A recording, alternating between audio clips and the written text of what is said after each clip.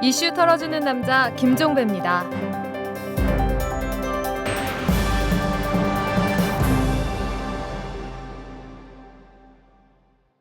여러분 안녕하십니까? 12월 9일 월요일에 보내드리는 이탈남입니다. 월요일 아침인데 추적추적 비가 내리고 있네요. 여러분들이 이 방송을 들으실 점에 비가 그칠지 모르겠습니다. 자, 오늘도 SNS 한 뉴스로 시작하도록 하겠습니다. 오마이뉴스의 박정우 기자 나오셨습니다. 어서 오십시오. 네, 안녕하세요. 네, 시작할까요? 네, 안철수 무소속 의원이 어제 신당 창당 준비기구인 새정치추진위원회 위원장을 발표했는데요. 민주당 출신인 김효석, 이기한 전 의원과 박호근 전 과학기술부 장관, 윤장현 광주비전 21 이사장이 이름을 올렸습니다. 네. 이 소식을 접한 SNS 온간엔 기대와 아쉬움이 교차했는데요. 한 트위터 용자는 안철수 새정치추진위원회의 출범을 정치공학적으로만 바라보지 말고 이 땅의 새로운 한 희망의 새 씨알로 생각하고 그리 믿고 싶다고 밝혔고요. 네. 다른 이용자는 드디어 안철수 신당이 출발 백고동을 울렸다. 혹시가 역시로 끝나지 않기를 진심으로 기대한다. 또 반드시 전국 골고루 정당이 되기를 이라고 응원했습니다. 네. 반면 합리적 보수 인사가 한 명만 있었어도 바람이 좀 불었을 텐데 인물들 몇몇이 그 나물의 그 밥이라 태풍이 될지 찻잔 속의 풍랑으로 끝날지는 더 두고 봐야겠다는 의견과 새누리의 전략이 성공한 건 사실이다. 이미 많이 앞서는 새누리는 표를 안철수랑 나눠 먹어도 해가 될 것이 없지만 진보에겐 큰 타격이란 주장도 있었습니다. 네, 이 문제는 잠시 후에 탈탈 인터뷰에서 송호창 소통위원장하고 인터뷰를 한번 해보도록 하겠습니다. 자, 다음 소식으로 넘어가죠. 네, 장하나 민주당 의원이 어제 지난 대선에 대해 불복을 선언하고 박근혜 대통령의 사퇴를 촉구했는데요. 민주당은 당 입장과 다른 의사표명에 유감스럽다고 밝혔고 새누리당은 막장 드라마라고 비판했습니다. 네. SNS 온건에서는 응원의 메시지가 많이 보였는데요. 한 트위터 용자는 장하나 의원의 패기, 부정선거 종북몰이 독재의 시대에 야당 의원이라면 이 정도 용기와 배짱은 있어야 멋지다라고 밝혔고요. 네. 다른 이용자는 지지합니다. 선거 정의 정신이 투철한 분만이 민주주의 리더입니다라고 주장했습니다. 네. 이런 말을 해줄 국회의원을 기다렸어요. 당 공식 입장은 아니라며 몸살이는 민주당은 답이 없네요란 페이스북 의견과 국정원은 이제 곧 장하나 의원 집에서 비비탄 권총을 찾아낼 것이고 그게 안 되면 컴퓨터의 폰트를 조사할 것이고 새누리는 어김없이 종북몰이를 시작 일배충들은 장하나 의원 족보를 뒤져 어떻게든 전라도와 연계시키려 할 것이다 라는 주장도 있었습니다. 네. 자, 마지막 소식으로 넘어가죠. 네, 국회 국정원 개혁특위가 오늘부터 본격 활동에 들어갔는데요. 하지만 여야가 세부 쟁점을 놓고 대립하고 있어서 최종 합의까지는 상당한 진통이 예상됩니다. 네. 이에 대해 많은 SNS 용자들이 확실한 국정원 개혁을 주문했는데요. 한 트위터 용자는 국정원은 해체하고 오로지 적국가, 경쟁국가의 정보를 확보하는 기관을 신설하도록 국정원 개혁특위가 제 역할을 다해야 할 것이다 라고 주장했고요. 네. 다른 이용자는 참여정부 시절 국법법을 없애야 했었다. 지금 국정원은 개혁의 대상이 아니라 해체의 대상이다 라고 지적했습니다. 특검도 아니고 개혁특위 진통이라 국정조사 때의 그 꼬라지를 반복하는 건가 라는 의견과 국정원 개혁특위 구성은 부정선거의 본질은 피한 국민 달래기용 합의라는 주장도 있었습니다. 네, 박정호 기자 수고하셨고요. 자, 애청자 여러분께 오늘은 저희 이탈남에서 특별히 이 고지해드릴 내용이 있습니다. 오늘 방송 말미에 클로징 시간에 여러분들께 특별히 고지해드릴 거 이렇게 전해드리도록 하고요. 오늘 방송 중간에 끊지 마시고 끝까지 좀 들어주시기 부탁드리겠습니다. 자, 수고하셨습니다. 네, 고맙습니다. 분노와 절망의 시대, 우울증 치료제가 필요하세요? 정치 때문에 시민들이 웃는 그런 세상을 바라세요? 변화하는 서울과 서울 시민의 삶. 정치가 즐거울 수 있다는 희망의 증거를 만나보세요. 오윤호가 묻고 박원순이 답하다. 정치의 즐거움 오마이북.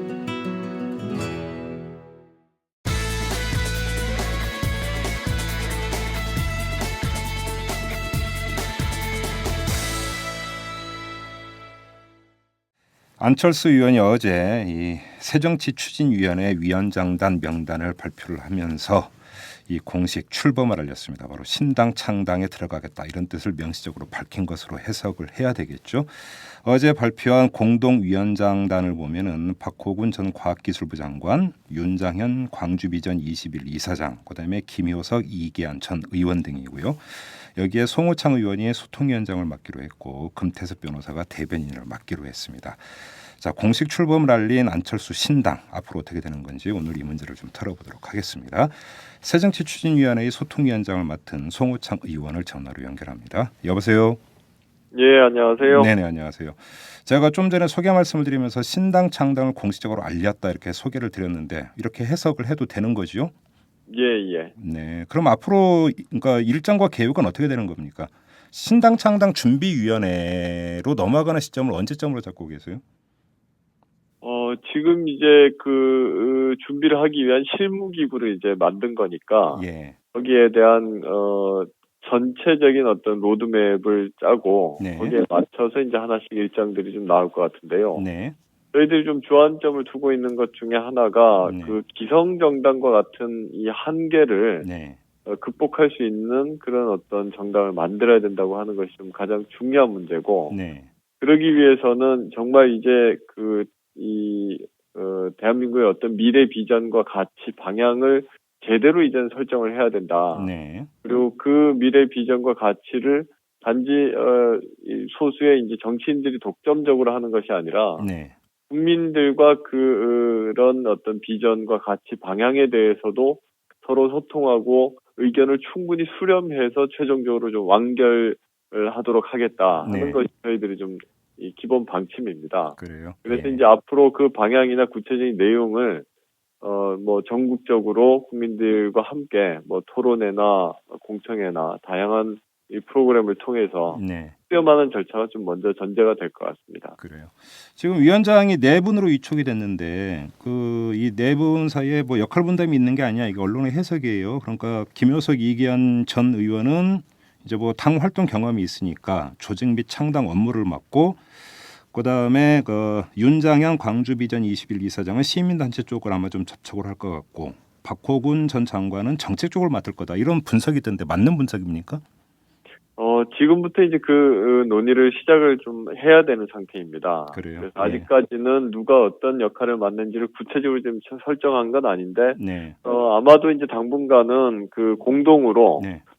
전체 운영에 대해서, 네. 그리고 전체적인 뭐 세부적인 조직의 구성부터 네. 역할, 활동 방향 이런 거를 이제 같이 의논을 해야 될 것 같습니다. 그 의원께서 맡으신 소통위원장은 그러면 어떻게 되는 겁니까, 역할이? 마찬가지로 이 추진위원회 전체 구성을 하는 데서 뭐 같이 의논을 할 텐데, 네. 특별히 이제 앞서서 말씀드린 것처럼 우리가 우리가 이제 정치를 독점을 하지 않겠다고 하는 것이 좀 중요한 강조점입니다. 그래서 특별 기구로 별도로 지금 만들어 놓은 거고, 네. 그러기 위해서 이제 국민들의 의사를 충분히 수렴할 수 있는, 네. 청취할 수 있는 그런 활동을 이제 앞으로 기획하고 예. 만들어낼 계획입니다. 지금 기존의 정책 네트워크 내일이라고 있지 않습니까? 거기서 그러니까 예. 지역별 실행위원들도 위촉을 했고요. 그러면 이게 궁극적으로 통합이 되는 거죠? 지금 뭐 조직적으로 통합되거나 그런 상황은 아니고요. 네. 실행위원은 정책 네트워크 내일이라는 연구소의 이제 지역 단위에서 네네. 활동을 하는 분들이기 때문에 예. 일단 법적으로나 조직적으로는 일단 분리가 돼 있는데 네. 그것이 이제 어떤 새로운 우리가 궁극적으로는 하고자 하는 역할이나 이것은 뭐 같이 합류를 할 수 있는 네. 그런 방향이라고 봐야 되겠죠. 그러니까 신당이 이제 공식 출범을 하게 되면 거기에 이제 통합이 된다고 봐야 되는 것 아닌가요? 그러니까? 그건 뭐 통합이라기보다도 네. 거기에 참여하고 있는 분들이 네. 그건 개별적으로 예. 참여를 하는 방식으로 돼야 되겠죠. 그렇습니까? 참여를 원하는 분에 한해서요. 네. 근데 실행위원들이 다 정치 활동을 하겠다고 하는 분들이 아니기 때문에 네. 좀 아마 개별적으로 차이가 좀 있을 것 같습니다. 알겠습니다. 신당과 관련해서 가장 궁금해하는 것은 크게 두 가지인 것 같습니다. 그걸 좀 나눠서 지금부터 좀 질문을 드렸으면 좋겠는데요. 첫째, 이름도 새정치추진위원회 아닙니까? 예. 자, 새정치가 어떤 겁니까? 새정치는 저희는 제가 이제 어제도 말씀드렸습니다만 많은 분들이 도대체 기존 정치와는 그게 뭐가 다르냐라고 예. 하는 건데 그게 이제 질문을 하고 또 많이 궁금증을 갖고는 있지만 네. 궁극적으로는 어떻게 다르다라고 하는 것을 말로 설명을 듣기 위한 것보다도 네. 정말 행동과 앞으로 정치 활동을 기성 정당들과는 다르게 하는 것을 실천으로 보여주는 것 이게 좀 중요한 게 아닌가 싶습니다. 예. 그래서 이제 기본적으로는 저희들이 지금 이제 어떤 비전이나 네. 같이 방향도 사실은 기존 정당들과 상당히 차이가 있겠지만 네. 더욱더 중요한 것은 그런 어떤 비전 정책을 어떻게 실행으로 옮기는지 네. 그걸 통해서 좀 보여드려야 되는 문제겠죠. 저 그럼 구체적으로 한번 이렇게 그 비유를 해서 한번 여쭤보겠습니다. 민주당이 그 국가기관의 대선 공작과 관련해서 장애투쟁도 했고, 그다음에 국회 의사 일정을 보이콧한 적도 있고 이러지 않습니까? 그러면 네. 이런 건 낡은 정치에 들어가는 겁니까?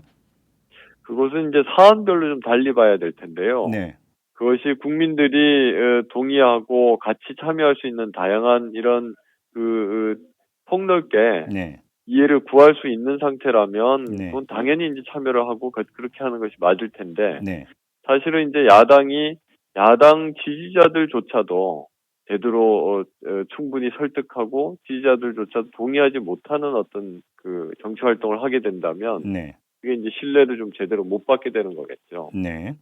그 야당 지지자들조차 동의를 하지 못한다라고 표현을 했었는데 예를 들면 어떤 게 있을 수가 있는 건가요? 다시 한 번 말씀해 주시겠어요? 그러니까 지금 그 의원께서 말씀하시기에 야당 지지자들조차 지지하기 힘든 그런 어떤 그 것을 이제 언급을 하시지 않았습니까?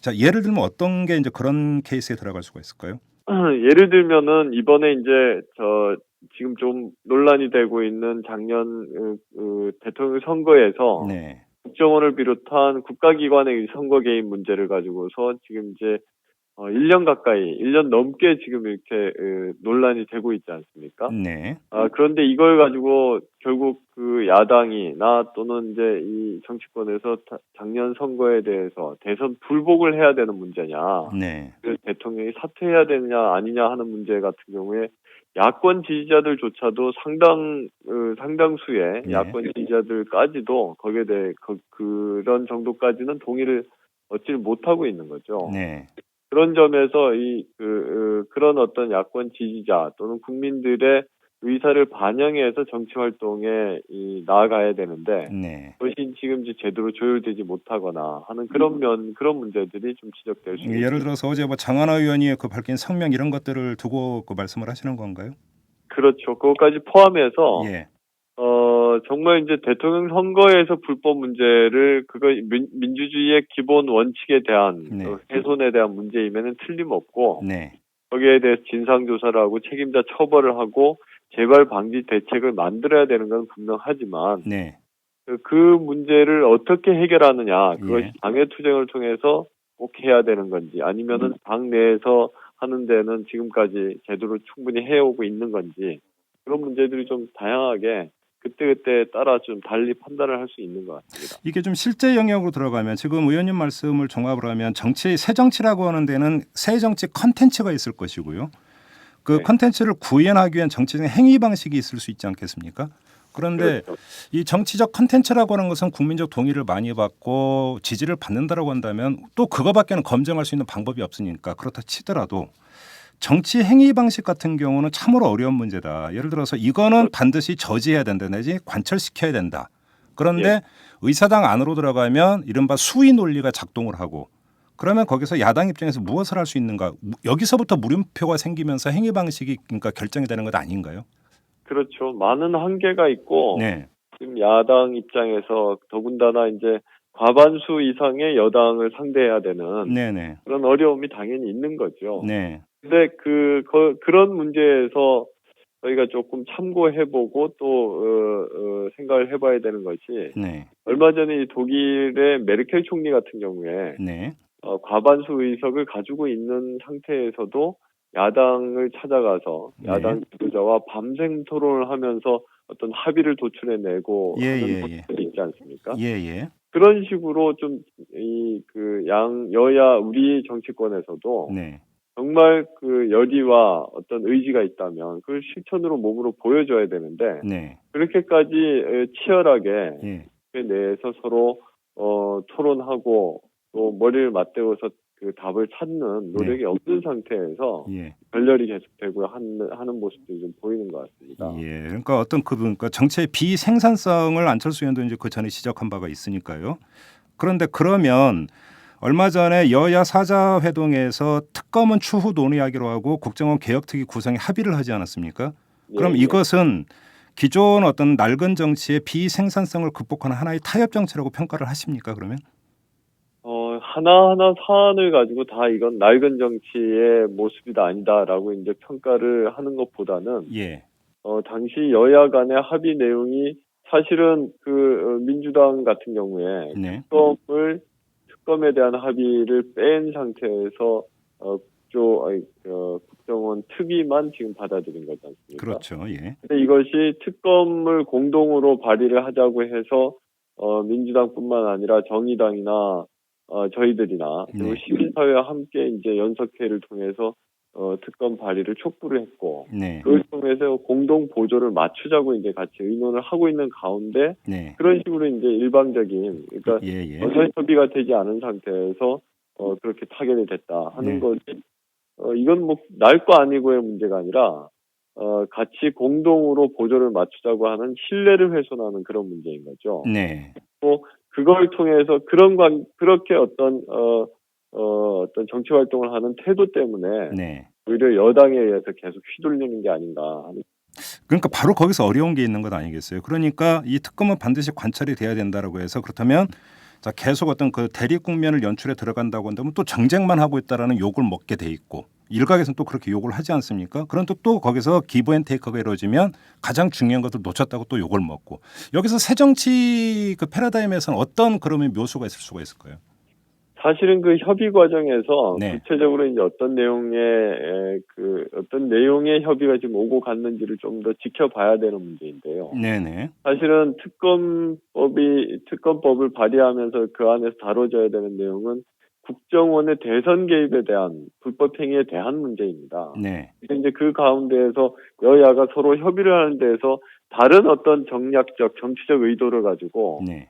다른 어떤 요구 조건을 걸고 그걸 또 연계시키고 하는 가운데에서 사실은 특검 문제가 제대로 타결되지 못하고 있는 네. 그게 바로 낡은 정치 행태고 지금 우리가 극복해야 되는 그런 어떤 문제죠. 현안이 있으면 예. 지금 국민들이 원하는 어떤 그 새로운 정치의 행태라고 하면 그것은 민생이든 어떤 국정 운영의 중요한 문제이든 현안이 있으면 그 현안 자체에 집중해야 되고 네. 그 문제를 해결할 수 있는 해법을 정말 솔직하게 진정성을 가지고 서로 협의를 해줘야 되는데 네. 자꾸 이제 다른 어떤 정치적 배경을 가지고 이걸 이제 이용하는 네. 이런 것이 어떤 뭐 정치 행태상으로는 낡은 방법이 아닌가 싶습니다. 알겠습니다. 관련해서 하나만 더 질문드리겠습니다. 뭐 SNS나 이런 데서 보니까 안철수 의원 네, 어떤 그 정치적 태도나 행보를 두고 비평 정치 아니냐, 평론 정치 아니냐 이렇게 지적하는 글들이 있던데 여기는 동의를 안 하십니까? 저희가 지금 저하고 안 의원하고 단 둘이서 네. 지금 이제 이 국회 내에서 활동을 하고 있는데 네. 두 사람의 힘만으로는 법률 하나도 제대로 발의를 하기가 힘들고 네. 어떤 제도를 개선한다거나 사회적 이슈나 이런 문제에 대한 해법을 적극적으로 해나가는 이제 힘이 미약한 거죠. 네. 그렇기 때문에 아무리 적절하고 훌륭한 해법을 제시하더라도 네. 다른 297명의 다른 의원들이 거기에 뜻을 함께 해주고 따라주질 않으면 네. 아무런 소용이 없는 거고 그렇기 때문에 비평이나 어떤 뭐 논평만 하는 결과적으로는 그렇게 되는 어떤 상황이 있는 거죠. 그래서 물론 저희들이 어떤 모든 사안에 대해서 다 정확한 해법을 제시하고 이슈에 대해서 분명한 태도를 다 얘기한 건 아니겠지만 네. 근본적으로는 저희들이 그런 한계가 좀 있는 거다. 네. 그런 것을 좀 이해를 해주시면 좋겠습니다. 알겠습니다. 자, 지방선거 얘기를 좀 여쭤봐야 될 것 같은데요. 지방선거가 그 치러지기 전에 신당이 출범하고 따라서 신당의 이름으로 지방선거에 참여하는 겁니까? 지금 이제 오늘 첫 번째 회의를 해봐야 되는 것이고 네. 지금 회의를 하면서 집중하고 있는 것이 몇 차례 말씀드린 것처럼 새정치추진위원회는 새로운 정당을 이제 만드는 그렇죠. 예. 만드는 과정이고 그것은 선거용으로 급조해서 만들었을 때 실패한 사례를 우리가 역사적으로 많이 발견을 하고 있지 않습니까? 예. 그런 어떤 실패한 전철을 밟지 않도록 하기 위해서도 선거의 어떤 일정에 맞춰서 급하게 네. 급조해서 절차를 좀 밟지는 않겠다. 야. 처음부터 내용을 충실하게 채우고 네. 거기에 그것을 실천할 수 있는 사람들을 모으는 것이 중요한 것이지. 네. 또 물론 그렇다고 해서 이제 내년 지방선거가 중요하지 않다는 것은 아니고 아주 중요한 선거이겠지만 네. 이제 당을 만들어가는 과정을 통해서 차근차근 대응하겠다는 생각입니다. 예, 이게 뭐 당의 이름으로 그러니까 그 당에서 공천을 해서 출마를 그러니까 하느냐 아니면 뭐 개별적으로 일단 출마를 하느냐의 문제를 떠나서 그 만약에 지방선거에 그 부분적으로도 참여를 한다면 야권 연대의 틀 속에서 출마하는 것이냐에 지금 많은 분들이 궁금해하고 있습니다. 그 기준 혹시 잡으셨습니까? 아직까지 그거는 뭐 어느 정당도 아직까지 내년 네. 선거에 대한 기조나 네. 방침은 정해진 게 없을 겁니다. 네. 저희들은 더군다나 지금 이제 그 창당을 하는 과정에 있기 때문에 네. 아직까지 뭐 내년 선거에 대한 기조는 이제 그 잡혀 있는 건 없는데 네. 기본적으로 저희들이 생각하는 것은 먼저 어떤 그 방향과 주체 역량을 좀 제대로 네. 세워내는 것이 어느 정도 성과를 내는지에 따라서 네. 모든 조건들이 좀 달라지지 않을까 그렇게 보고 있습니다. 성과로 하면 어떤 걸 언급하시는 거죠? 국민들의 신뢰를 얼만큼 크게 받을 수 있는지 또 네. 그 신뢰 받는 것을 제대로 현실 정치에서 반영할 수 있도록 하는 사람이 채워지고 네. 그 내용이 채워지느냐 이런 문제겠죠. 아, 그렇습니까? 근데 뭐 언론 보도의 일각에서는 지금 지방선거 출마와 관련해서 그 인물난이다 이런 보도가 나오는데 그건 아닙니까? 인물난은 전혀 아니고요. 네. 지금 저희들이 아마 이제 뭐 일반 국민들이 상식적으로 공감하는 것처럼 지금 기성의 정치권으로서는 현재 정치 문제를 스스로 해결할 수 없다 하는 네. 건 뭐 너무나 분명한 상태이지 않습니까? 네네. 거기에서 새로운 대안과 해법을 지금 찾고 있는 거기 때문에 네. 공감하는 분들은 아주 뭐 폭넓고 아주 많은 분들이 같이 참여를 할 수가 있을 것 같습니다. 그래요. 또 일각의 지적에서는 그러니까 저번에 이제 정책 네트워크 내일에 그 지역 실행위원들의 면면이나 이런 것들을 보면서 어떤 평가가 나왔느냐면 특히 지방으로 갈수록 어떤 이 정치에 참여하고자 하는 의사를 가진 분들이 제한적이고 이러다 보니까 과거 민주당적을 가지고 있었거나 기존 정치에 몸을 담았던 분들이 대부분이다. 그러면 가장 기층에 있어서의 어떤 새 인물, 새 정치를 구현할 수 있는 새 인물은 풀이 너무 제한적인 것 아니냐. 그래서 결국은 이들에게 갇혀버리는 게 아니냐. 이런 전망을 내놓은 적이 있거든요. 이 점은 기우입니까? 일단은 어제 그 추진위원회를 공식적으로 시작을 하면서 네. 공동위원장 중에 두 분이 정치권 바깥에 계신 분입니다. 이때까지 정치 활동을 하지 않았고 네. 오랫동안 자기 분야의 과학기술 분야와 또 시민사회, 시민운동 분야에서 네. 그 존경받고 덕망을 갖춘 분들이라서 네. 그 두 분의 이제 공동위원장들만 보더라도 네. 정치권 바깥에서 새로운 어떤 정치개혁의 의지를 가지고 참여한 분들이 이렇게 많이 폭넓게 있다 하는 네. 걸 확인하는 것 같고요. 네. 그리고 이제 기성의 그 정치권에서 활동하다가 참여하는 분들이 사실은 이제 절대적인 수로는 그렇게 많지는 않습니다. 아, 그렇게 그렇습니다. 많지는 않습니다만 네. 그런 분들이 또 참여하는 것은 아무래도 현재 기성 정당의 한계를 네. 그분들만큼 절실하게 몸으로 느낀 사람이 없지요. 그래서 네. 그만큼 이 어떤 정치개혁의 필요성을 강하게 느끼기 때문에 또 그것을 스스로 몸으로 실천하겠다고 하는 의지를 갖춘 분들이 이렇게 같이 참여하고 있는 겁니다. 예, 마지막으로 하나만 여쭤보겠습니다. 얼마 전에 복지국가 소사이어티를 모태로 하는 복지국가 정치추진위원회가 발족을 하지 않았습니까? 예. 예. 그쪽에서는 이제 강력한 연대 1순위로 안철수 의원 쪽을 지명한 적이 있었는데 혹시 그쪽과 논의가 진행이 되는 게 있습니까? 저희가 같이 이렇게 의논하거나 논의하는 건 아니고요. 네.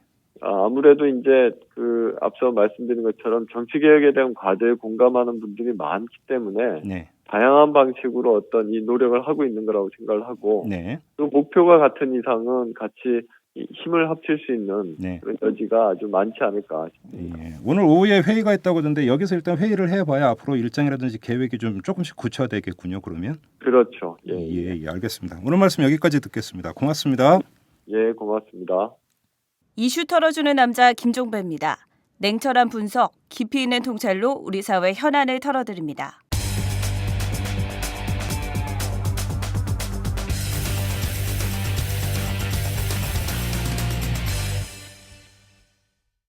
김종대의 돈, 권력, 군사 시간입니다. 자, 매주 월요일에 찾아오시는 분이죠. 김종대 편장 모셨습니다. 어서 오십시오. 네, 안녕하십니까. 변함없이 나왔습니다. 네, 일관되시고 꾸준하시고 성실하시고.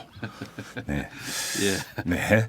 장성택은 결국 실각이 확인이 됐대요 보니까. 그렇죠. 예, 네. 실각 자체는 뭐 분명한 사실이고요. 그러니까 그 조선중앙통신에서 보도를 했으니까. 뭐 네, 이제, 그렇습니다. 예.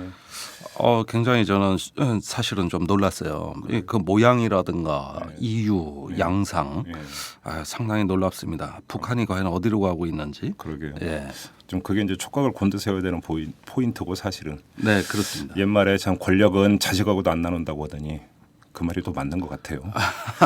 우리 조선 시대 보면 훈구 대신하고 외척하고 500년간 밤낮 싸웠어요. 그렇죠. 네. 자, 그건 그렇고 오늘 네. 어떤 얘기로 갈까요? 글쎄 이제 이 장성택 실각 문제도 그렇습니다만 이게 사실은 이제 북한 문제가 굉장히 우리의 어떤 그 일상적인 어떤 생활 또 어떤 그 정치 여러 가지 어떤 사회 각 분야에 미치는 어떤 영향이 과거와는 양상이 다르게 상당히 어떤 그 체계적이고 일상적이다. 소위 말하는 종북 프레임 논쟁입니다. 네. 그런데 그 지금까지 종북 프레임을 다루는 방식들을 보면은 그 종북 프레임이라는 건 그 생산자들의 내적인 논리가 있거든요. 그렇죠. 예, 이것이 구성된 어떤 맥락이라는 게 있는데 네. 우리가 자꾸 이거를 건너뛰고 그 다음에 이것이 사회적으로 미치는 영향이 뭔가 여기에만 토론을 집중해온 경향이 있습니다. 네. 그런데 그것은 결과지 원인이 아니에요. 그렇죠. 그렇다면 우리가 그 결과 효과를 알기에 앞서서 도대체 이 종북 프레임의 생산자는 누군가, 소비자는 누군가, 이걸 또 활용하는 사람은 누군가, 이런 어떤 그 내적인 메커니즘에 조금 더 주목을 해야 되는데 이 점이 그동안 좀 소홀했던 것 같습니다. 생산자. 예. 생산자가 누굽니까? 저는 일단 이 어떤 그 종북 프레임은 안보 프레임에서 나왔다고 봐요. 네. 그런 만큼 이제 1차적으로 국가 안보에 어떤 종사하는 네. 또 이것이 이제 권력화된 어떤 표현으로 나올 때 그것이 안보 프레임이 정치화되고 권력화된 어떤 표현으로 나올 때 그게 이제 종북 프레임이라고 생각해요. 예. 그러다 보면은 이제 국가정보원 또 국방부 예. 또 그 밑에 이제 교육사령부 예. 이런 어떤 그 생산 그룹들이 있고 예. 이것을 활용하는 또 정치 권력이나 정치 집단이 있는 거거든요. 그렇죠. 그런데 그 종북 프레임이라는 게 과거에 우리가 북풍이라고 많이 그랬어요. 네. 예, 선거 때 있었던 북풍하고는 좀 다른 겁니다. 이게 양상이 많이 달라요. 북풍은 주로 이제 어떤 일회적 사건에서 비롯되는 거 아닙니까? 그렇습니다. 그렇죠. 예. 이 종북 프레임은 그런 게 아니죠. 그런 게 아니에요. 예. 물론 과거에도 반공이라는 어떤 그 담론이 있었어요. 그것이 일상적으로 됐습니다만은 선거 때는 어떤 반드시 어떤 충격적인 사건, 그것도 북한이 주체가 된 사건. 네. 예를 들어 87년도에 칼기 폭파 사건이라든가, 그렇죠. 92년에 이선실 간첩 사건이라든가, 네. 또는 96년에 판문점의 북한군 난입 사건이라든가, 또 97년에 이제 황장엽 망명 오익제 월북. 이렇게 어떤 북한으로 시선을 향하게 만드는 사건을 수반했는데 반해서는 요즘은 그것이 없이도 가능해졌습니다. 네. 이것이 과거와의 북풍과는 달리 어떤 그 상시적으로 영향을 주는 종북 프레임이라고 할 수 있는데 네. 그런 점에서 2012년 선거는 북한이 없는 북풍이었어요. 예. 이 점이 이제 과거 선거하고 다릅니다. 사실 작년 선거에서 굳이 북한을 주체로 끄집어들여 가지고 우리가 선거에 영향을 줄 만한 사건을 찾아보려면 있긴 있었습니다. 12월 13일에 북한이 광명성 3호를 발사합니다. 그리고 최초로 성공합니다. 이게 세 번째 그 발사에서 성공했는데 이거는 한반도의 어떤 스푸트니크 충격이라고 할 만한 사건이었어요. 네. 과거에 이제 소련이 세계에서 최초로 유인 우주선을 발사함으로써 미국이 큰 충격에 빠지지 않습니까? 그렇듯이 얼마든지 이용해 먹을 수 있는 사건이었는데 그런 사건이 대선에 거의 영향을 안 줍니다. 그러면서 NLL 대화록 논쟁이라는 어떤 그 사건이 아닌 어떤 정책 담론만 가지고 논쟁이 됐단 말이죠. 이런 점에서 과거와는 전혀 양상이 다른 어떤 그 모양이 나타났는데 이제는 북한 없이도 북풍이 가능한 이것이 하나의 어떤 프레임으로 일상적으로 기능한다는 점에서 저는 종북 프레임이다. 그리고 최근에 와서 이제 문재인 후보가 자서전을 출판하면서 지난 대선에서의 패인을 종북 프레임 때문이라고 그랬고요. 그것이 이후에 공안 통치 기조로 계속 작동한다는 의미에서 최근에 들어올수록 이게 더 논쟁이 되고 있어요. 그런 점에서는 우리가 이 종북 프레임이라고 말은 하고 피해는 입었다고 그러는데 도대체 그게 뭔가 이런 거를 제대로 있는 그대로 보려는 노력 자체는 좀 소홀하지 않았는가. 이런 점에서 오늘 좀 그 말씀을 드리려고 하는 거죠. 네. 자, 그런데 여기서 일전에도 한번 이 이야기를 잠깐 나눈 기억이 있는데 이제 우리가 여기서 하나 좀 짚고 넘어가야 되는 것이 소비. 네. 이것이 어떤 정치적으로 이용하는 집단 네. 차원이 아니라 네. 그 종북 프레임을 바라보고 거기에 영향을 받는 네. 국민들로 한번 들어가서 보면은 네.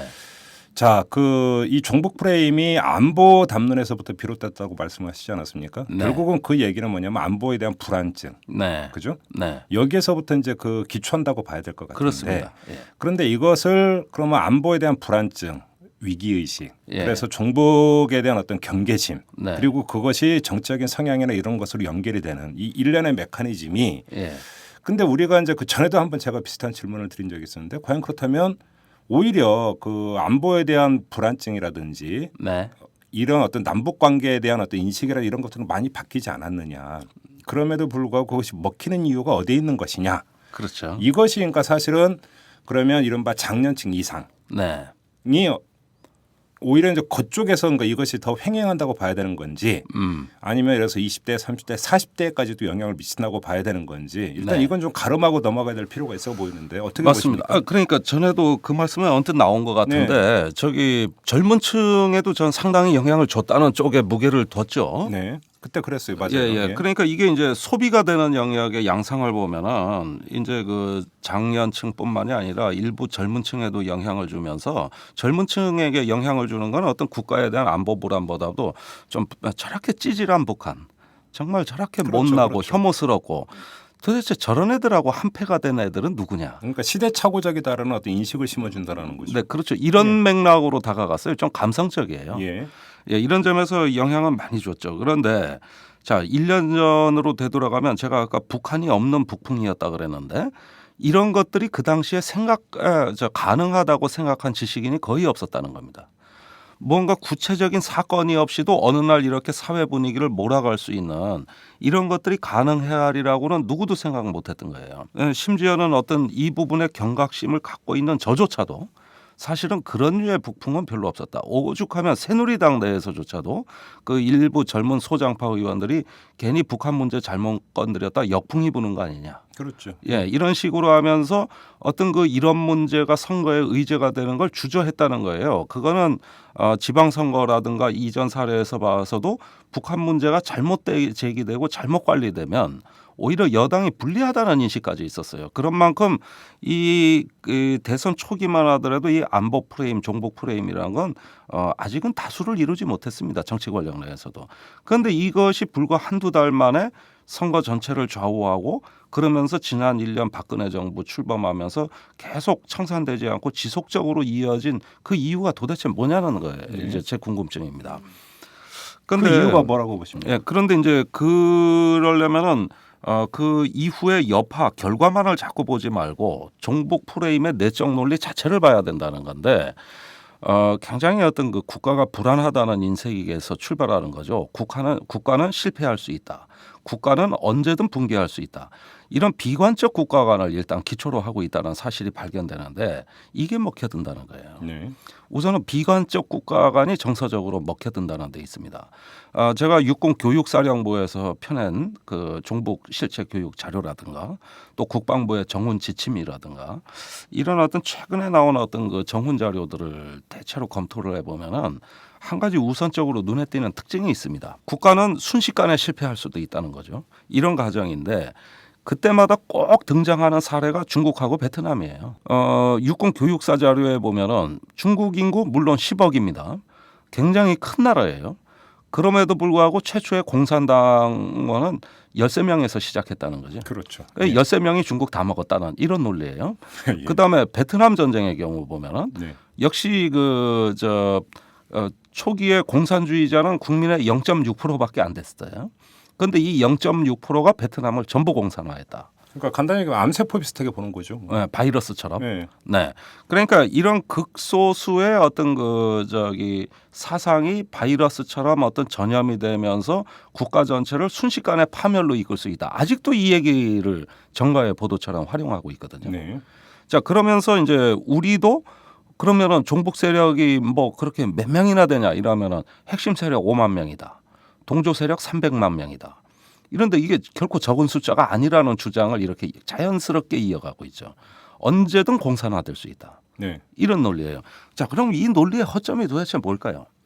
이렇게 어떤 비관적 국가 간에서 어떤 출발을 하는데 이 논리의 첫점은 그것이 사실이 아니라는 데 있는 거죠. 그렇죠. 예. 자, 중국이나 호치민 경우에도 보면은 그 공산주의 사상 때문에 어떤 주민의 지지를 받았다기보다는 사실은 민족주의 사상 때문에 확산이 됐습니다. 그러면 프랑스하고 싸우고 네. 이어서 미국하고 싸우고 그렇게 그렇죠. 갔던 거죠. 예, 최근에 이제 조지 캐넌 책이 하나 번역이 됐는데 네. 미국 외교 50년사라는 책인데 아주 명저입니다.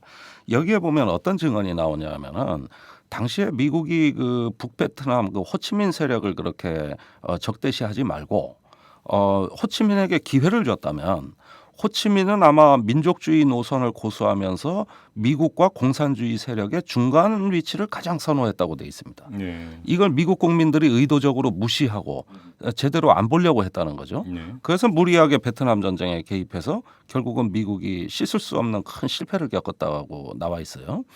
여기에서 보는 관점은 호치민은 공산주의자라기보다는 민족주의자라는 관점에서 본 것이고 그런 면에서는 극소수가 아니라는 거예요. 중국도 마찬가지죠. 그때 일본하고 내전 중이었거든요.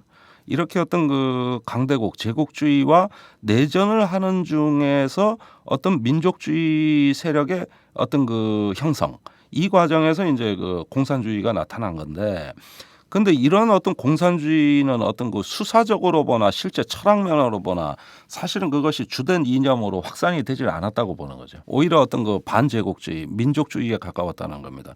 이렇게 보면은 불과 뭐 13명, 국민의 0.6% 이런 어떤 세력이 공산화의 어떤 주된 원인이라기보다는 그 당시에 무너진 정권, 즉 어떤 남베트남이나 어떤 중국의 국민당 정권이 지나치게 외세 의존적이고 무능하고 허약하고 부패한 이것이 더 큰 원인이었다고 캐넌은 진단을 하고 있어요. 이 사람이 누구냐 하면은 대소련 봉쇄 정책의 기획자입니다. 캐넌이.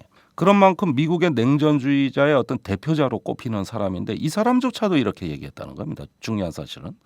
그렇게 보면은 중국이나 베트남의 사례를 굉장히 어떤 단순화시켜서 이런 어떤 종북 프레임을 주장하는 사람일수록 적은 단순하고 간단해야 되거든요. 네. 예, 극소수여야 되고 이런 식으로 보니까 이 역사 자체를 있는 그대로 사실 보는 게 아니라는 겁니다. 그렇게 보면은 국가는 언제든 실패할 수 있는 게 아주 사소한 요인 때문일 수도 있다는 어떤 불안 심리가 이제 확산이 되는 거죠. 근데 예를 들어서 이제 그 무학대사의 말을 빌리면 먼 눈에는 뭐밖에 안 보인다고 네. 안보 세력이 네. 그런 생각을 가질 수 있다고 생각을 해. 100번 양보해서. 네. 그죠? 네. 그러니까 그런데 이제 문제는 여기서 이제 두 가지 문제가 제기됐어요. 얼마 전에 그 오마이뉴스가 보도를 했나요? 뭐 신병 교육대에서 기억납니다. 예. 네. 자, 문제는 네. 그런 그 기획 네. 내지 그런 발상이 대한민국의 신체 건강한 남성은 전부 다 군대를 갔다 와야 되는 것 아니겠습니까? 네. 여기서 어떤 식으로 하면 이것이 정문 교육이라고 해야 되나요? 네. 이게 이루어지느냐 이 부분이 있는 것 아니겠습니까? 그렇습니다. 예. 그러니까 그런 정신 교육이 지금 제가 얘기한 이것이 가장 큰 주제예요. 예. 예. 그러면서 우리 국가를 순식간에 파멸로 이끌 수 있는 제가 네. 뭐 전에도 얘기했습니다만 남재준 원장부터 시작해서 제가 만난 많은 장군들은 진짜 3일 내에 대한민국 공산화가 가능하다고 믿는 사람들이니까 네. 이런 어떤 그 극단화된 비관적 국가관에서 예. 어떤 그 보면은 우리가 이 군인의 어떤 임무라는 것은 국가의 안보에 대한 책임성이거든요. 그 책임성이 이제 국내로 확산되는 어떤 그 연결고리들이 나타나는 거예요. 네. 말하자면 어떤 북한 정권과 국내 종북 세력 이것이 다 같은 어떤 적의 개념으로 다시 분류가 되면은 그래야 군인이 국가에 대한 안보에 책임 있는 자세라고 스스로 믿어버리는 겁니다. 네. 심지어는 이런 관점의 더 연장선에서 이것도 제가 종북 교육에서 많이 나오는 얘기라고 직접 듣는 얘기인데 남북한 평화 통일도 안 돼요. 자, 국가 연합이라든가 여러 가지 어떤 그 통일론에서 우리가 통일의 최종 단계가 뭐냐면은 남북한 총선거입니다. 그렇죠. 예. 자유선거에 의해서 한반도에 이제 단일 정부를 수립하는 건데 이것도 안 된다고 봐요. 왜냐? 북한은 유일 땅이고 남한은 다당제예요. 예. 지금 남한은 표가 갈려요. 그러니까 북한 출신이 정권을 잡을 그러니까 수도 있다. 이건 북한 노동당이 정권을 잡게 된다 이게. 예.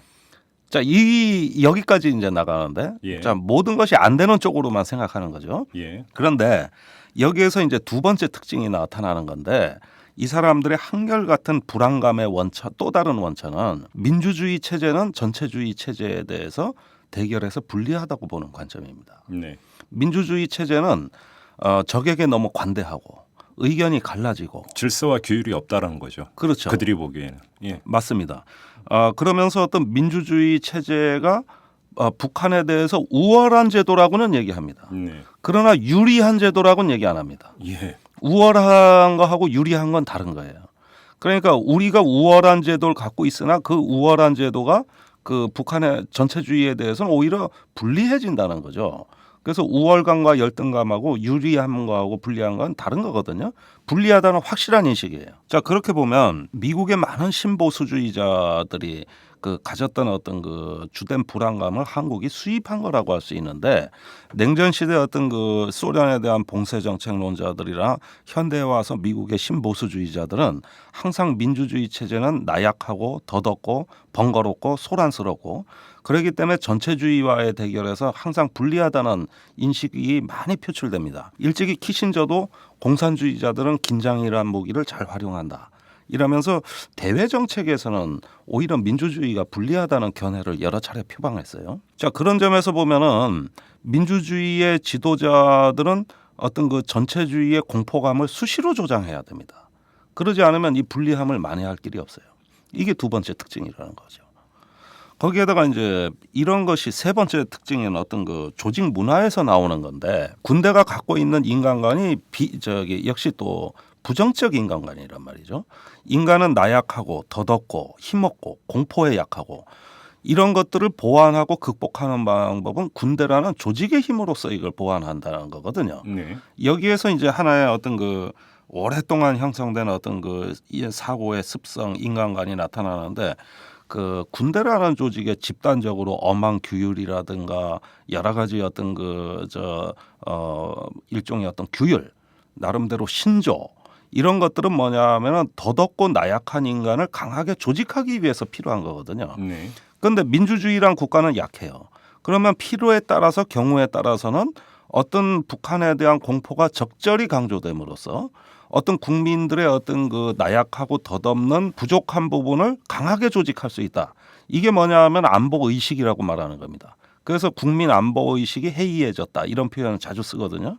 사실 상당히 시건방진 표현입니다만은, 이런 표현이 구사될 수 있는 건 뭐냐 하면은 민주주의의 약점을 보완한다는 관점입니다, 이게. 그럼으로써 안보 관해 확산이라는 것은 민주주의의 본질적 약점을 다시 집단적 힘으로 강하게 조직화해주는 이것에 있는 거기 때문에 여기에는 대단한 도덕적 사명감을 깔고 있어요.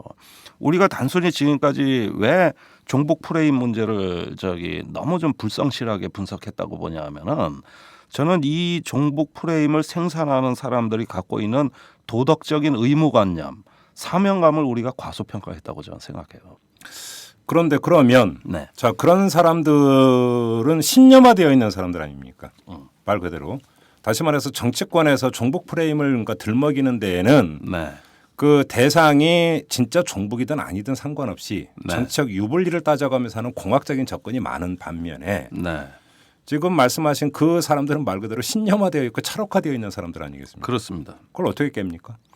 자, 신념과 철학은 이것이 하나의 어떤 이것이 사냥개가 이렇게 줄에 매여 있을 때는 안전하다고. 네. 요 줄이 끊어졌을 때가 문제라고. 예. 이것을 생각 자체를 바꾼다는 건 저는 욕심이라고 봐요. 그러니까 제가 봐도 어려울 것 같아서 드리는 질문이에요. 예. 그런데 민주주의 사회에서 이것이 관리되는 방식은 적절한 통제입니다. 네. 예, 그 어떤 군인은 직업적 편견을 갖고 있어요. 그러니까 문민 통제로 가야 된다는 겁니까?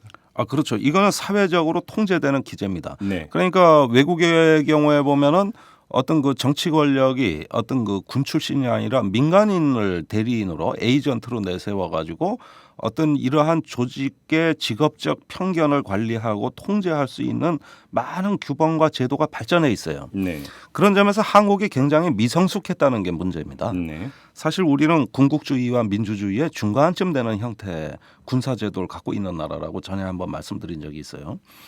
그건 뭐냐면은 이것을 적절히 통제하는 그 끈이 느슨한 거죠. 그러다 보면은 결국은 그 하나의 어떤 그 특정한 어떤 공간 내에서 갇혀 있어야 될 사항이 외부로 무분별하게 이것이 확산이 되기 시작하는데 이게 군사적 기제입니다. 네. 그러니까 지금 종북 프레임이라고 자꾸 얘기하는 건 뭐냐면은 이것은 어떤 전시 논리예요.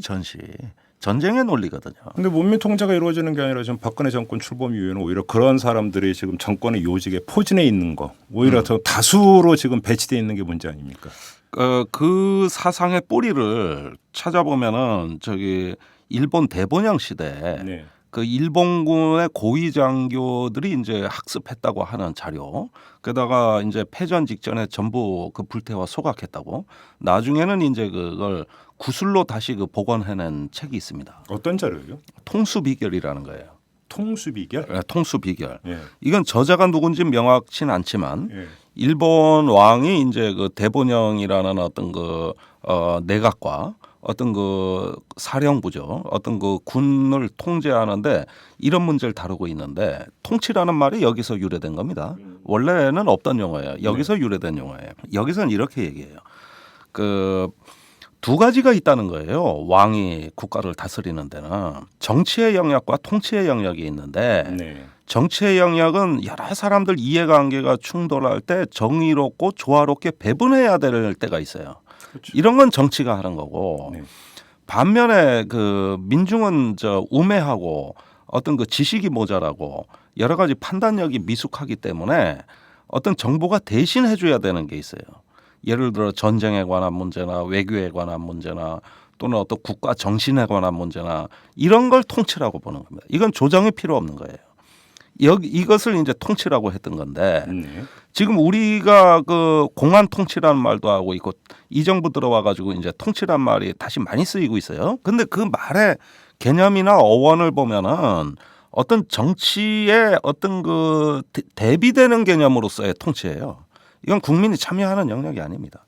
조정하는 필요가 있는 게 아니야. 그걸 통치라고 하는 거죠. 이 책에서 유래된 거예요. 근데 여기에서 이 통치 안의 영역에 어떤 그 외교나 안보가 들어가 있거든요. 그러니까 이런 영역에서 보면은 어떤 안보적 기제를 우리가 어떤 통치의 영역으로 본다 그러면은 그것이 바로 어떤 국민들에게는 어떤 가르치고 교화하고 어떤 또 경우에 따라서는 말을 안 들으면 관리 감독을 해줘야 되는. 그러니까 군이 관리 감독을 받는 게 아니라 국민이 관리 감독을 받는 거죠. 여기에 들어가 있다는 겁니다. 그러니까 과거 유신 시대로부터 보고 듣고 배우고 거기서 성장하신 분들은 아무래도 이런 식의 논리에 익숙하다고 볼 수 있는. 그럼 여기서 또 두 번째 질문이 성립이 되죠. 자, 안보 세력 신념화되어 있는 안보 세력을 바꿀 수 있겠느냐? 어렵다. 자, 그러면 그들을 문민 통제를 하는 것 외에는 방법이 없다. 근데 문민 통제 그러니까 제1차 그러니까 당사자인 정권의 담지자들 또한 다를 바가 없다. 네. 이거 아닙니까? 그러면 지금은 좀 저도 비관적이에요. 두 번째 대안은 뭡니까? 예. 그러면 결국은 이것은 여론 시장에서 네. 중화가 되고 조정이 되고 하는 문제가 돼야 되는 것 아니겠습니까? 그렇습니다. 그런데 예. 바로 이런 문제가 저기 미국의 이제 그 건국의 아버지들로부터 해가서 남북 전쟁을 거치면서 제일 골치 아팠던 문제가 지금 이 문제입니다. 네. 미국은 전쟁을 많이 했어요. 네. 독립 전쟁도 하고 남북 전쟁도 했어요. 그런가 하면 세계 대전도 했습니다. 예. 그래서 이런 어떤 전쟁의 문제가 야 이건 국가 지도자가 말이지 어떨 땐 국민들의 의사에 반하더라도 국민을 위해서라면 해야 되는 일이 있다. 그게 바로 참전이었어요. 예. 1, 2차 대전 때 참전이 바로 그거였습니다. 이런 문제로 골칫덩어리를 앓다가 한국 전쟁 때 이 문제가 폭발을 합니다. 예. 당시에 이제 그 정식으로 그 선거를 통해 등장하지도 않고 전임자가 사망해서 권력을 승계한 트루먼 대통령. 아주 애숭이 중에 애숭이죠. 그죠? 어느 날 갑자기 대통령이 되신 양반이에요. 반면에 메가더라는 사람은 군신이었습니다. 군신. 어떤 가만히 보니까 국민들이 누구 인기가 더 좋으냐. 메가더 인기가 더 좋단 말이죠. 그런 트루먼이 메가더를 해임했단 말이에요. 네. 이러니까 트루먼 인기가 미국 대통령 역사상 기록적으로 곤두박질칩니다. 가는 데마다 야유를 받았어요. 이러면서 어떤 그 정치와 군사의 관계가 극심하게 왜곡되고 뒤틀리기 시작했거든요. 이래서 이제 미국의 지성들이 모인 거라고. 이걸 어떻게 해결해야 되냐. 여기서 도대체 제대로 된 윤리가 뭐냐 했는데 나온 답변은 직업주의입니다. 그러니까 군인 어떤 국가의 안보에 대해 특별한 책임을 지지만은 많은 직업 중에 하나라는 거예요. 의사, 변호사, 검사, 경찰관이 있듯이 교사가 있듯이 군인도 하나의 어떤 사회적 직업적 구성물이고 여기에서 과도한 어떤 도덕주의 사명감을 강조하는 게 아니라 그 직업성으로서 여기는 관리돼야 된다는 거죠. 네. 이래서 전문 직업주의라는 말이 그때 탄생한 거고 헌팅턴이 이런 말을 했습니다. 전체주의 국가의 군대는 지배하고 통제하지만 현대 민주주의 국가의 군인은 조작을 한다. 그러니까 동기부여를 하고 어떻게 그 직업성을 갖다 관리해주고 이름으로써 전문성을 가지면서 제복을 입은 시민으로서의 어떤 그 하나의 어떤 자기 규범과 어떤 존재성을 재확인시켜주는 거죠. 이걸 직업성이라고 하는 거거든요. 그런데 그렇게 보면은 어떤 그 군인의 시민화입니다. 군인의 시민화, 네. 국민화. 그러면서 어떤 그 자기의 어떤 전문적인 영역을 책임지도록 하는 이러면서 군인을 군인답게 해주면서 가다버리는 거예요. 그 이후로 무수히 많은 통제 제도가 나옵니다. 그래서 미국 의회는 대통령의 군 통수권을 매년 승인해 줍니다. 법으로. 네. 그러니까 대통령이 국군의 최고 사령관이라는 건 매년 의회가 승인 안 해주면 아예 없는 권한이에요. 예. 이렇게 대통령과 의회가 어떤 나눠가집니다. 권력을.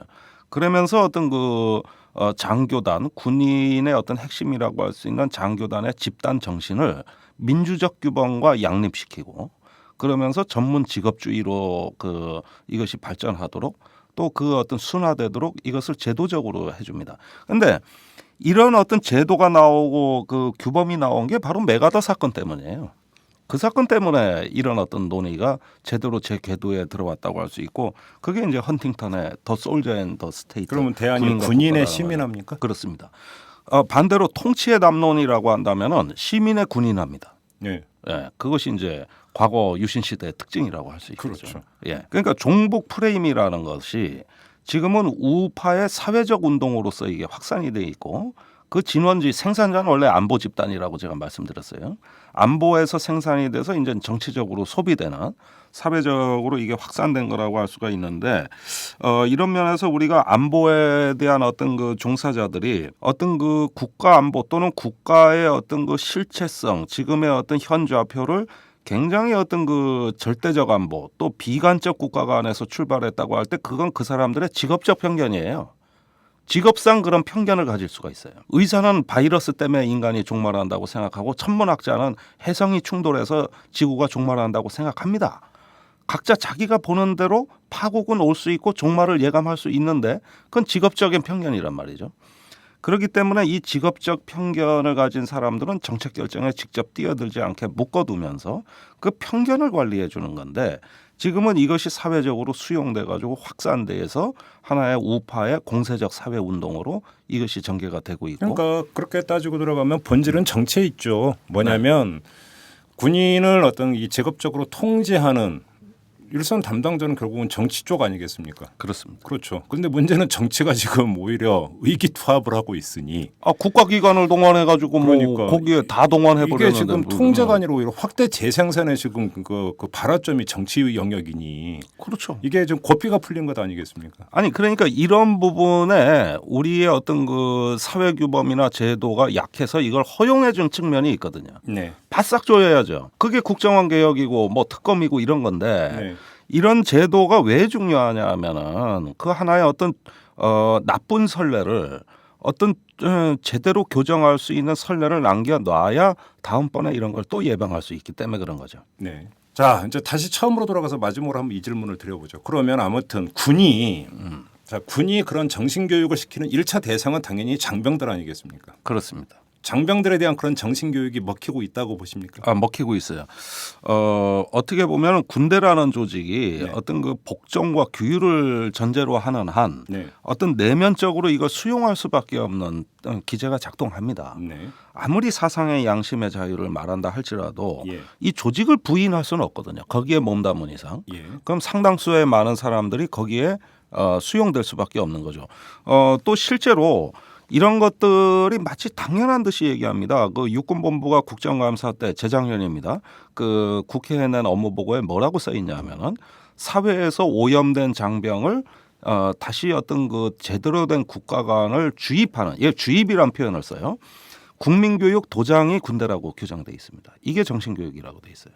그리고 계속 하겠다는 겁니다. 국민을 상대로도 앞으로 심리전 계속 하겠다는 겁니다. 왜 그러냐? 자기들이 어떤 국민들의 어떤 그 오염된 사상을 바로잡는 하나의 재판관이자 나름대로 어떤 그 심판관이라는 얘기죠. 누가 그런 특권을 부여해 줬냐? 자기들 스스로 부여했습니다. 아무도 그런 특권을 부여해 준 적 없지만은 그렇게 얘기를 하고 대외 문서에도 이걸 표방하고 있다는 거예요. 네. 근데 이거는 대단히 어떤 그 특권적인 발상이고 월권이거든요. 누가 그렇게 허용해 줬다는 거죠. 군인 복무 규율에 있냐, 국군 조직법에 있냐. 근데 지금 그게 이제 그래서 군 당국의 그런 의도를 갖고 있는 거 그 측면이 아니라 그런 의도를 가지고 국군 장병들을 대상으로 정신 교육을 한 결과 네. 자, 그러면 국군 장병들이나 이제 군에서 갓 제대한 그런 20대 초반이 되겠죠. 아무래도 평균적으로 따지면. 네. 자, 20대 전반의 나이대가 될 텐데 과연 그렇다면 그런 젊은 층이 그 영향을 받았는가? 제가 왜 이걸 여쭤보냐면 네. 각종 선거 결과를 이렇게 분석을 해보면 20대 이제 그 투표율을 보면은 20대하고 30대는 전반 후반 이렇게 나눠서 투표를 집계를 하고 네. 지난 대선 때를 그래서 20대 전반의 투표율이 20대 후반보다 높아요. 네. 왜냐하면 이제 군에서 부재자 투표를 하기 때문에. 네. 그러니까 이건 아주 뭐 전통적으로 내려오는 데이터인데 근데 지난 대선 때의 어떤 20대에서의 박근혜 문재인 그 지지율을 보더라도 네. 오히려 이제 평균을 상회하는 예를 들어서 문재인 지지율이 나온다. 이런 것들 물론 이건 아주 러프한 너무나 큰 데이터이긴 하지만 네. 미세한 데이터는 아니죠. 네. 근데 뭐 그렇다고 국군 장병을 대상으로 여론조사를 할 수 없는 거니까. 그건 그렇죠. 아니 부재자 선거에서 나와요. 예. 대체로 부재자 투표는 따로 공표가 되니까. 그러니까 보통 이제 그 개표 처음에 이제 부재자 투표부터 이제 개표를 네, 맞습니다. 하니까. 예. 근데 거기서 그렇다고 쏠림 현상이 있는 거냐? 예. 또 꼭 그렇게 보기 힘든 측면이 있어서 여쭤보는 거예요. 그거는 제가 단정적으로는 말씀을 못 드려요. 또 저도 이제 선거 전문가는 아니니까. 네. 그러나 이제 우리는 항상 군을 바라보고 저는 그 취재를 하는 언론인 아닙니까, 네. 제가. 그런 면에서 보면은 그 북한에 대한 어떤 그 한 2년 가까이 되는 시간을 어떤 그 종북 교육을 위주로 해가지고 이걸 받다 보면은 어떤 비관적 역사관, 비관적 국가관에 이게 뭐냐면 충돌할 수밖에 없다. 아니 그러니까 이런 어떤 것들은 그 점은 저도 동의를 해요. 뭐냐면 요즘 20대들이 북한은 아주 찌질한 집단, 네. 시대착오적인 집단 예. 이렇게 바라보고 있고 네. 또 그것이 틀린 시각은 아니죠. 그럼요. 그러니까 제가 볼 땐 거기는 분명히 객관성이 담겨 있다고 보고 그런 시각을 갖고 있는 것은 그러니까 저도 공감하는 바고 이해하는 네. 부분인데 네. 그것이 그런 시각을 갖고 있다고 지금 20대가 종북 프레임에 취약하다라고 예. 볼 수 있느냐? 아니 물론 자유분방하다는 뜻에서 이 변화의 가능성이 가장 많은 집단이라는 점에서 어떠한 지적 자극이 있느냐에 따라서 달라질 수 있는 거죠. 그런데 이제 가장 중요한 시기를 군에서 보냈다는 데서 일정 정도 영향이 있을 거라는 추정입니다. 그런데 여기에서 제가 걱정을 하는 건 뭐냐면은 그 군사 문화 그런 어떤 그 교육을 받은 어떤 그 부작용이라고나 할까 이런 것들은 뭐냐면은 어떤 그 생존 경쟁에서 보다 자기 수련을 하면서 성실하게 경쟁을 해서 이겨야 된다는 생각은 고취하는 데 도움이 됩니다. 네. 그러나 이제 배려하고 협력하면서 공존하는 긍정적인 인간관은 사실은 퇴보하는 거예요. 제가 어떻게 보면은 이제 넬슨 만델라가 93세 나이로 이제 돌아가셨어요. 그런데 그런 어떤 우리가 보는 이런 어떤 위대한 평화 운동가가 우리한테 가르쳐 주는 어떤 덕목이라는 거는 인간에 대한 신뢰, 긍정성, 공존, 평화 이런 덕목 아니겠습니까? 그렇죠. 이런 덕목들은 긍정적 인간관을 전제로 하게 돼 있는데 이것이 잠식되는 거죠. 네. 물론 그것이 선거 때 어떻게 나타나는지는 저는 잘 모르겠지만 그러나 군사 문화의 어떤 폐해라는 것을 우리가 사회적으로 치유하면서 이 종북 프레임을 관리할 수 있는 사회적 방법은 긍정적 인간관에 있어요.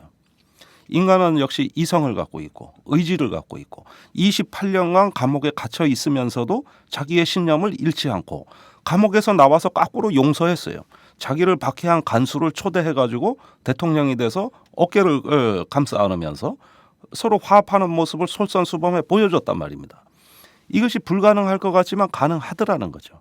그러면서 만약에 만델라가 아니었다면 지금 남아공은 36개의 인종이 서로 종족 갈등을 하거나 흑백 간에 어떤 폭동이 벌어지는 내전 상황이었을 겁니다. 그러나 긍정적 인물 한 명이 세상을 변화시킨 거예요.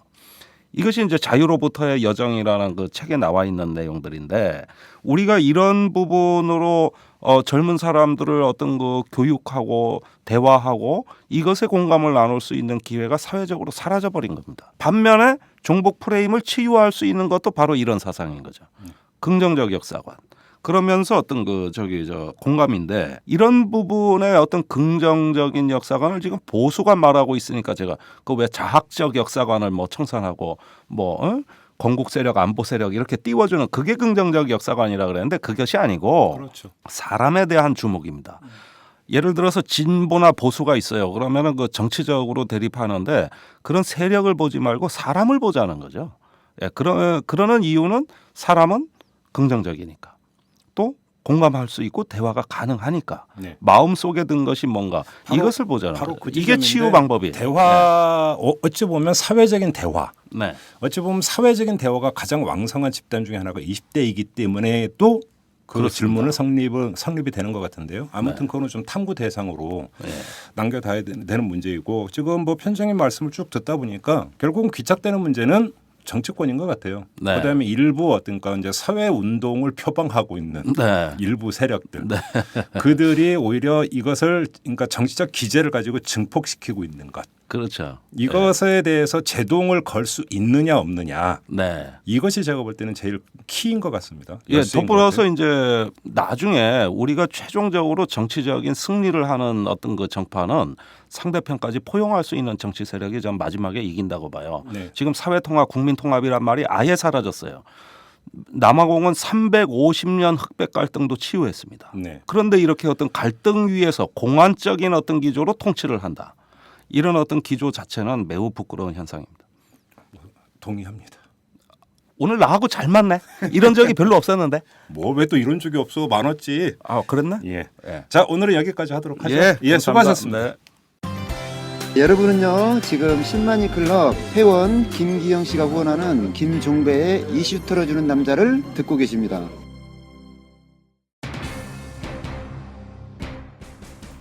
네, 오늘 방송을 시작하면서 이 말미에 특별하게 고지 말씀드릴 게 있다고 전해드린 바가 있는데요. 자, 그걸 지금부터 말씀을 드리도록 하겠습니다.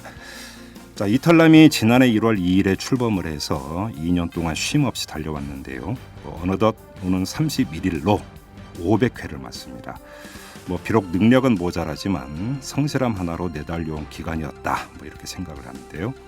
다른 한편으로는 갈무리와 함께 새로운 모색이 필요한 전환점이기도 한 것 같습니다. 자, 이런 판단에 따라서 오는 31일 500회 방송을 끝으로 제가 진행하는 이탈남은 시즌2로 막을 내리기로 했습니다. 오마이뉴스가 이 새로운 기획으로 새로운 방송을 제작하기로 했고 저도 이에 동의해서 내린 결정입니다. 이 종방을 목전에 두고 급작스럽게 고별 인사를 드리는 건 도리가 아닌 것 같아서 이렇게 미리 고지 말씀을 드리는 겁니다. 애청자 여러분의 이해와 양해 부탁드리겠습니다. 저는 이 남은 기간 동안 유종의 미를 거두기 위해서 최선을 다하도록 하고요. 고별 인사는 이 500회 방송 때 드리도록 하겠습니다. 여러분 고맙습니다. 내일 뵙겠습니다.